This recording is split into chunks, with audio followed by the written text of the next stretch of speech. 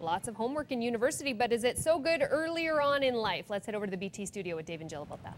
Thanks so much, Aisling. So with the school year back in full swing, homework hassles aren't far behind. And what are stressed out students to do? Stressed out students, stressed out parents. Well, Terry Hansen is here from Genius by Choice with Homework 101. Thanks for being here this morning. Welcome back. Welcome back. Yeah. What is the objective of homework? Let's get right down to it. Okay, well, I think there are 3 objectives of homework. So the first one would be to help a student aid in the comprehension of whatever it was that they were taught that day in class. The other one is to foster independence in learning. And the last one would be to help increase long-term memory of the things that they're trying to teach them in school. So I think those are the 3 main objectives. Pretty basic, pretty straightforward. Yeah, pretty basic. But is that what's happening in school? Right. I think the question that we need to ask and really answer is, do those objectives happen? So are they met? So does homework satisfy those objectives that we're trying to say, well, this is why you have to do it? And so if we just look even at one of those objectives, just in aiding in the comprehension of what was taught during school that day, and to say, does homework, the type of homework that students are getting, does it meet those objectives? So am I learning the math better? Am I learning to store better or whatever? Right. And I think that there are at least 3 types of homework that should be avoided. And I just mentioned that I talked to a teacher yesterday in one of our private schools, and I said, if a parent goes through their student's homework and they find some of these things in there, can they then say, I don't want my student to do this homework? And he said that they can, that a parent can say that. So what are they? What are the kinds you say? So the 3, well, these 3 particular types have been pulled, or I called hijacked, from testing. So the first one is true and false formats. So your student gets home a questionnaire, and I just had this week. A student came in, and there was all these questions about biology, but it was true or false. So this thing is true, or if you think it's false, fix it. And so the student thought that the true statement was false and tried to made up something to fix it, and then thought that the thing that was false was true. So she had just about every one of them mixed up, and then she'd gone ahead and tried to say why they were either right or wrong.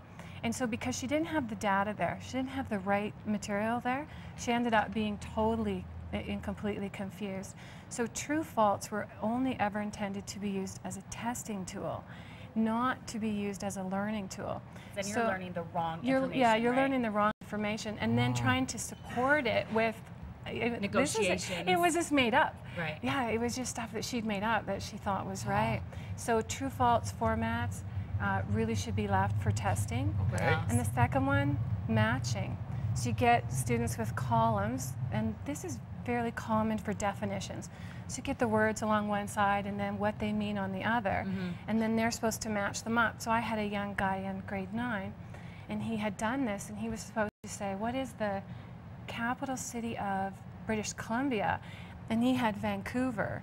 And then what is the largest city? And he had Victoria. So he had them completely mixed up.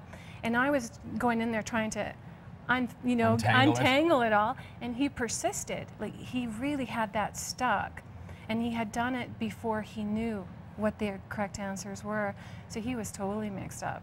So again, is that just reinforcing the wrong thing? Right. It's if you're doing new learning, so it's something that you don't know yet, then if you're trying to put all this information together yourself, then you're just going to make mistakes with it, and then in it goes into the brain. And then I've got to come back, or someone else has to come back and try and correct that new learning. And the last one is my real pet peeve, multiple choice exams, using those as a teaching tool, or even as sort of a pre-assessment for an upcoming exam. Do you know what I mean? So sit down and use this old exam to practice for the upcoming diplomas. So I just had a student who did that. So let's say they get 70% when they're doing that practice exam. Well, that means that they missed 30%. Yeah. Literally got them wrong. And so the questions and the wrong responses are now hooked up in their brain. So how does that benefit them? But isn't it helpful then, if you have a departmental or a diploma exam coming up, to at least give it a shot? No, Yeah. Well, I'm really anti using those old exams in that way. What they're trying to do is to differentiate between the data that they know and the stuff that's still left to be learned.